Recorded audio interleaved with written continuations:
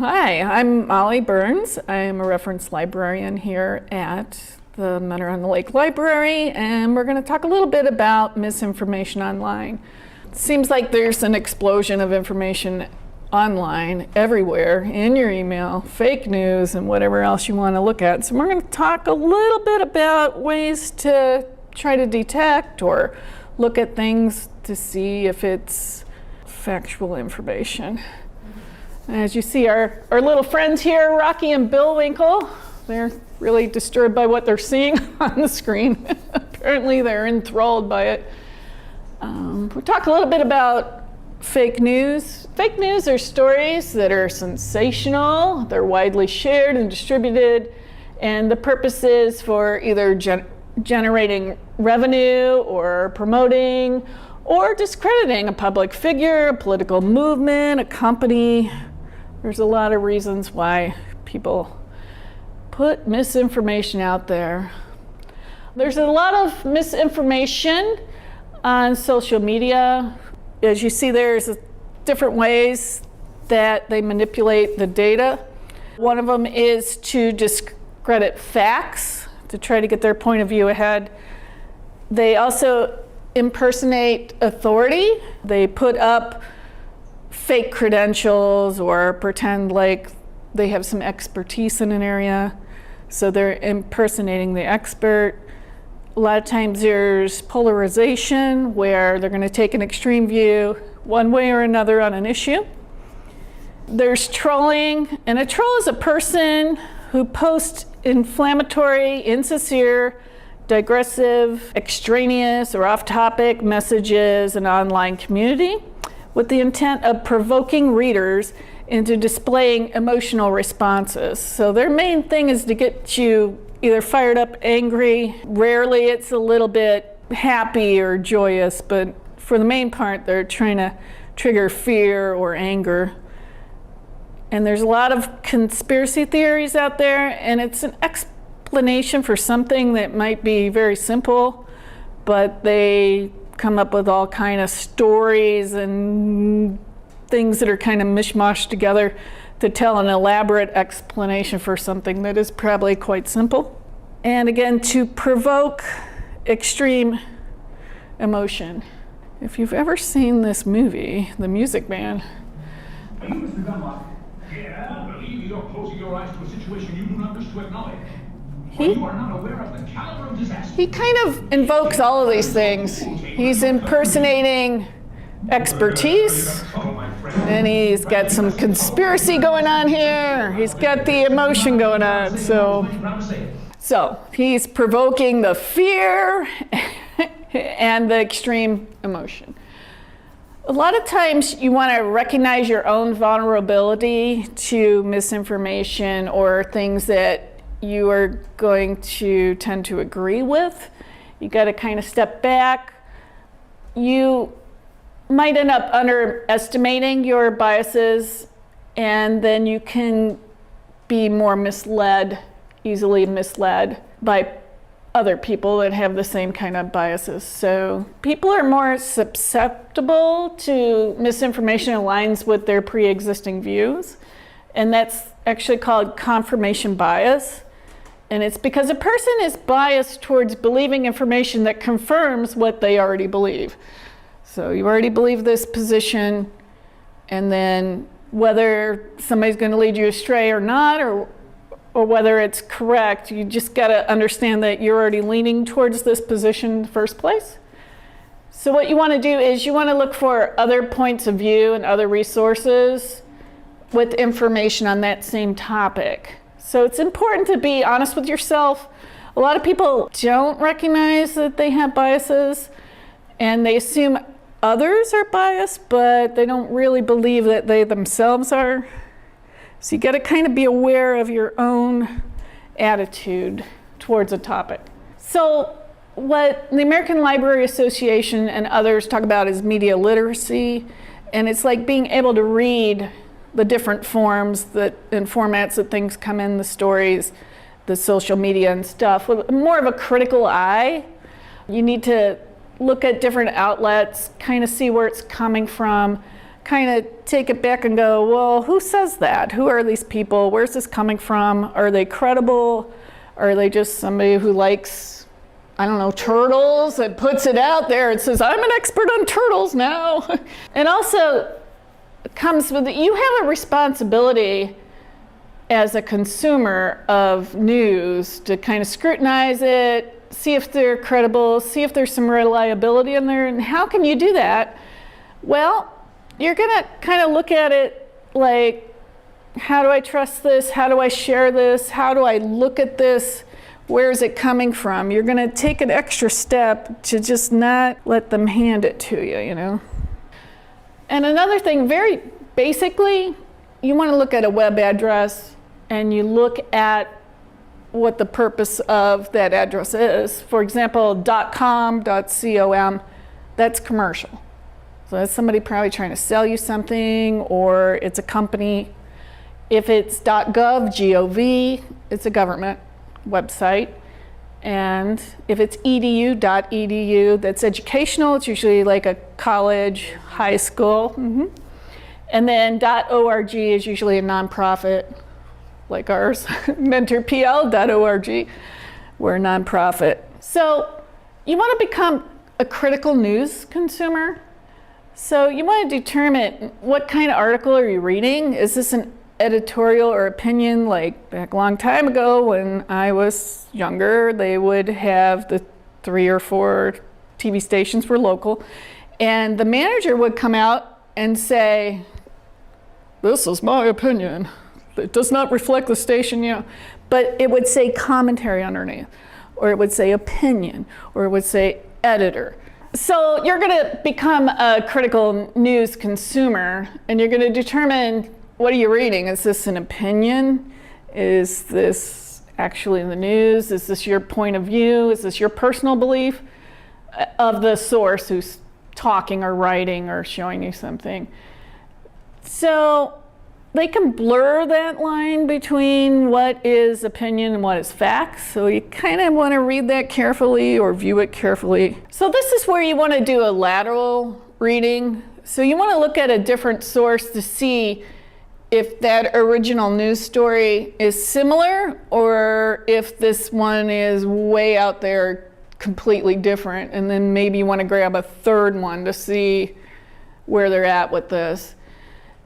So you want to look at if their research and content are the same or somebody's way out there. But you also want to look at who the author is and who the publisher is, because if it's a legitimate news site, it will tell you who this person is, and there's usually a bio.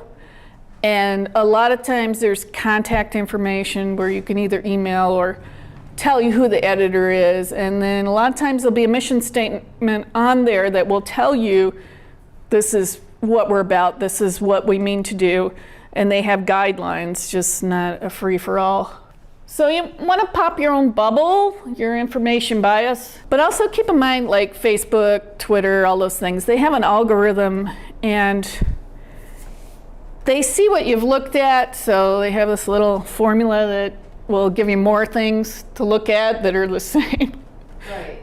So, you know, just be aware that they have all these programs in the background running that if you have a tendency to look at a story like this, they're going to pop up some more. So if it's something you're really interested in, great, but you want to look and see, well, is this an opinion about this that already confirms something that you already believe and maybe not necessarily fact-based? You got to kind of watch that, because they're trying to sell you something too. And the ads pop up. You ever notice how the ad pops up as something you just mentioned or talked about, and there it is. So yes, they're listening to you.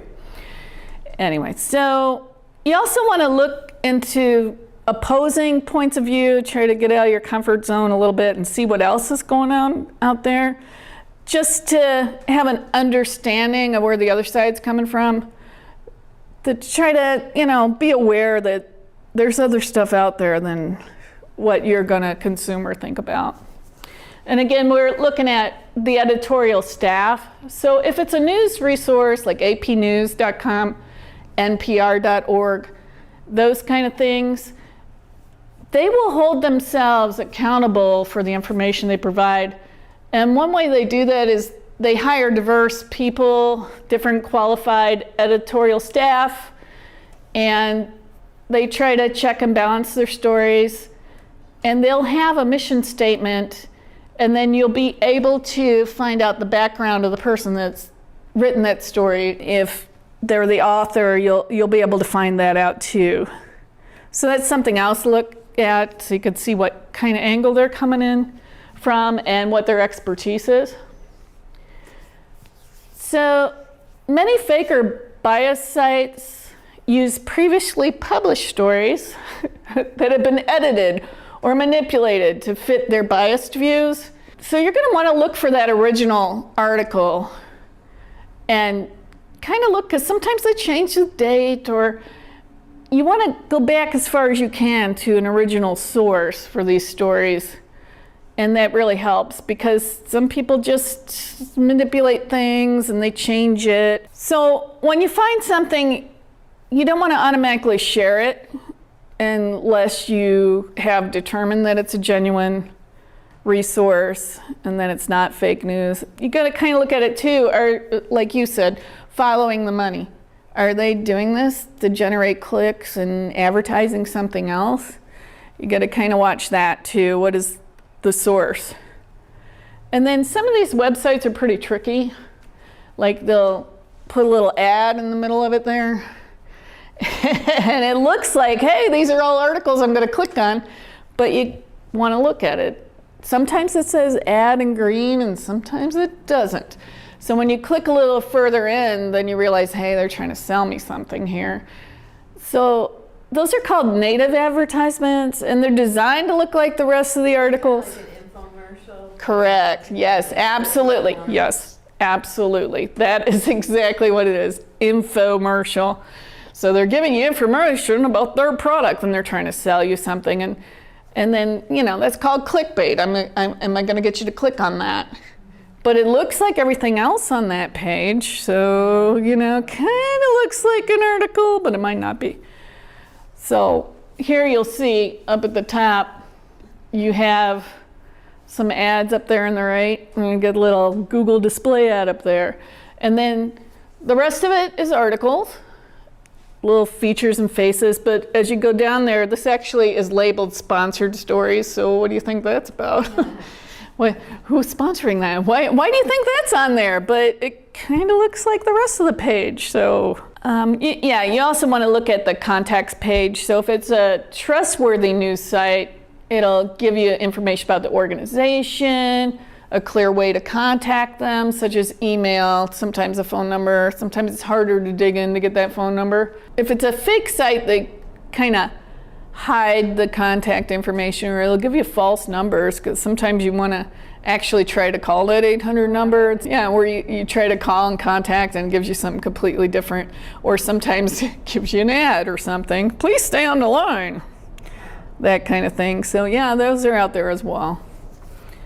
So you want to check the author, and you want to look at a reporter's byline, which means something about their biography, where they come from, what's their education, those kind of things.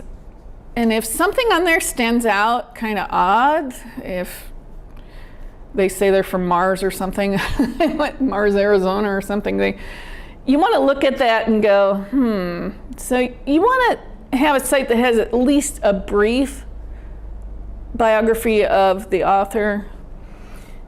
Now, those can be fake too, but it's just some other level to look at, just a little closer.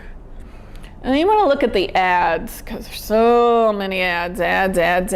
But if a site has a lot of pop-up ads, or there are items or services that seem out of touch with the story that's going on there, like you went there and you thought you were reading a periodical and then ended up being an ad that didn't go together. It didn't go exactly where you thought it was going. You want to look at that. If they're provocative, again, that could be a warning sign if they're going to make you feel an extreme emotion. So here's a couple of different sites you can check out to verify your information. Again, even when you're checking, you want to check the check. You want to double check. So here's 7 ways to protect yourself. So you want to pay attention to where that news is coming from. And if it's coming through Twitter, Facebook, Instagram, don't think of it as information from those platforms. They're coming from somebody who sent it to you through that platform. So that's another thing. It's not coming directly from Facebook. Somebody saw it on Facebook and then they shared it, or saw it on Twitter and they shared it.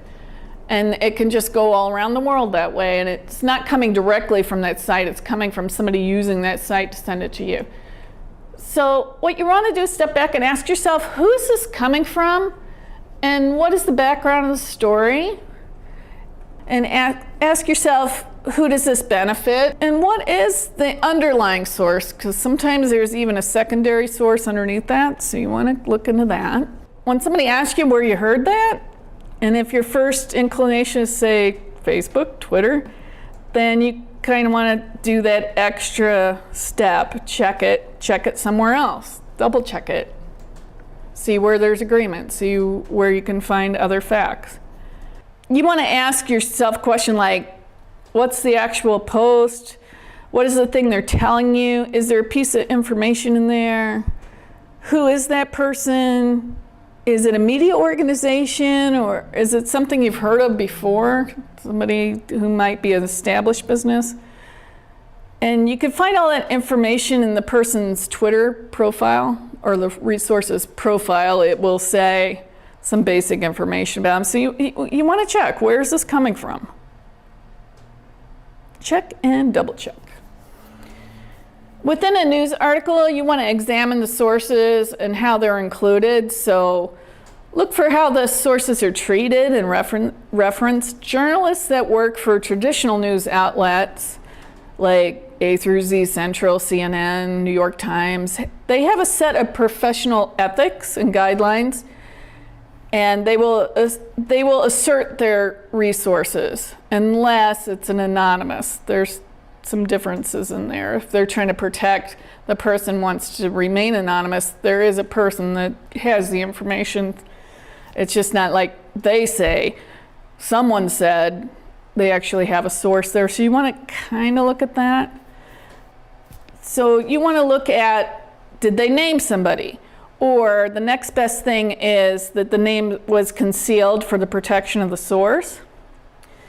And however, it's appropriate to be skeptical of articles that depend solely on unattributed sources without any kind of collaboration. So if the whole thing is anonymous and you don't have one person that you actually can cite and talk to, that might be a little suspicious. So you want to read beyond the headline.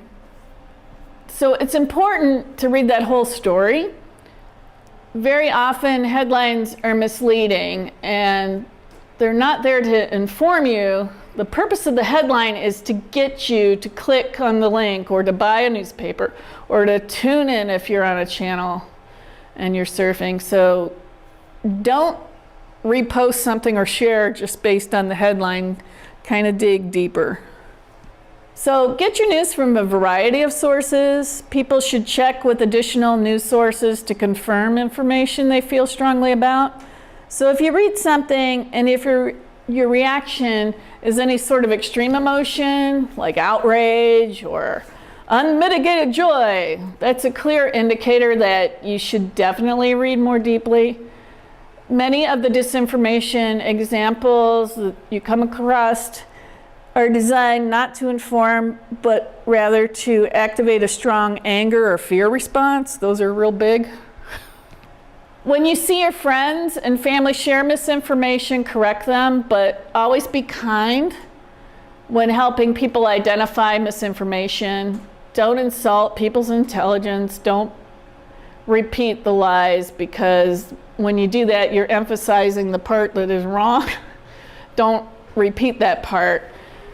Actually, they're going to cognitively be more likely to remember the thing they got wrong. So find out what other information is there. So she really believes in the expertise, which is why she likes NPR. A lot of times their articles and news sources are written by people that are experts in that field, such as scientists. If you want to, you can go to the site. It is called mediabiasfactcheck.com. What they do is they look at different articles and online things, and they look at it and they actually chart where the bias of the website might be, if they lean left, if they lean right, if they go somewhere in the middle. That's a really useful source. And they spend a lot of time researching the individual sites and sources to see where their bias might lay. But then again, you want to keep looking. So you want to consider the source. You want to read beyond the article, the headline. You want to check the author.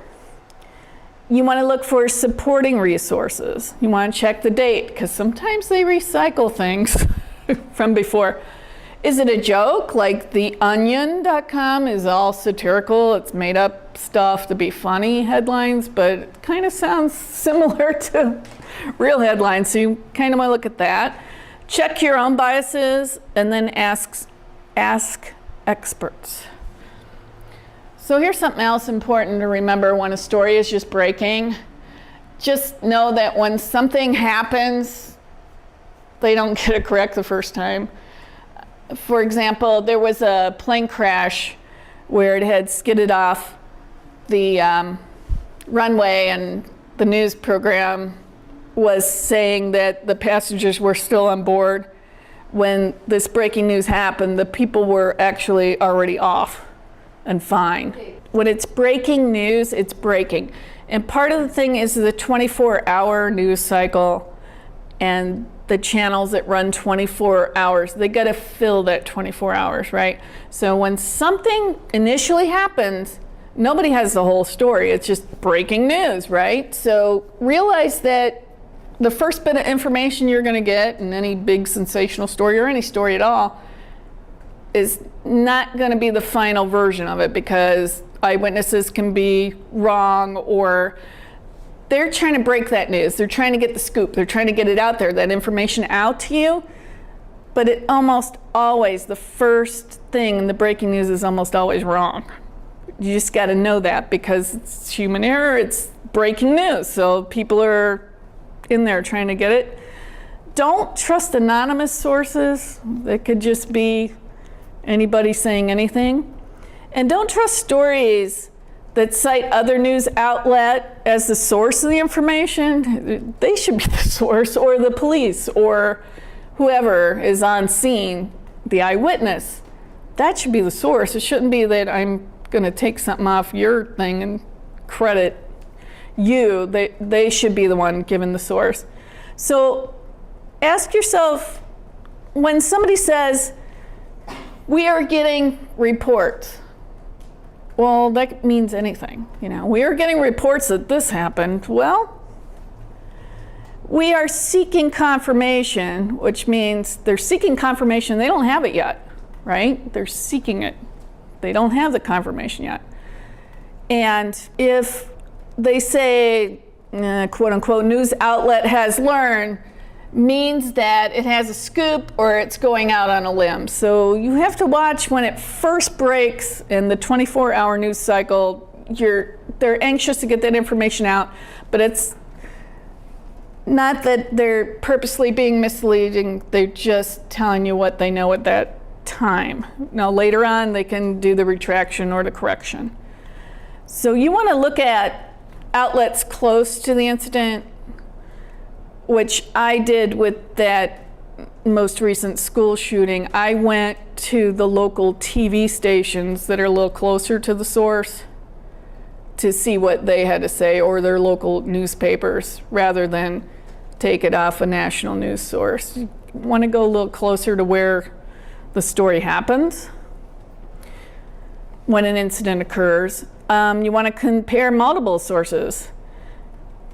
And if there's big news, there's a lot of people that want to fake. There's big fakers. It's like people that confess to crimes that don't really commit them, but they want part of that notoriety because something big has happened. Be aware and don't share immediately. So breaking news is a different circumstance. So another fact check site that I like is PolitiFact, and they have this lovely chart. If somebody is making an untruthful statement, their pants are on fire, and if only it were true. You could tell all the people because their pants, they would run out of pants rather quickly. So what they do is, PolitiFact.com, they focus on reviewing published statements and information surrounding political figures in the United States for truthfulness. And their truth meter has 6 levels, so I just find the pants on fire kind of amusing. So. And then there's Snopes. Their purpose is to look at urban legends, folklore. Their expertise has grown. They're one of the largest well-known ones.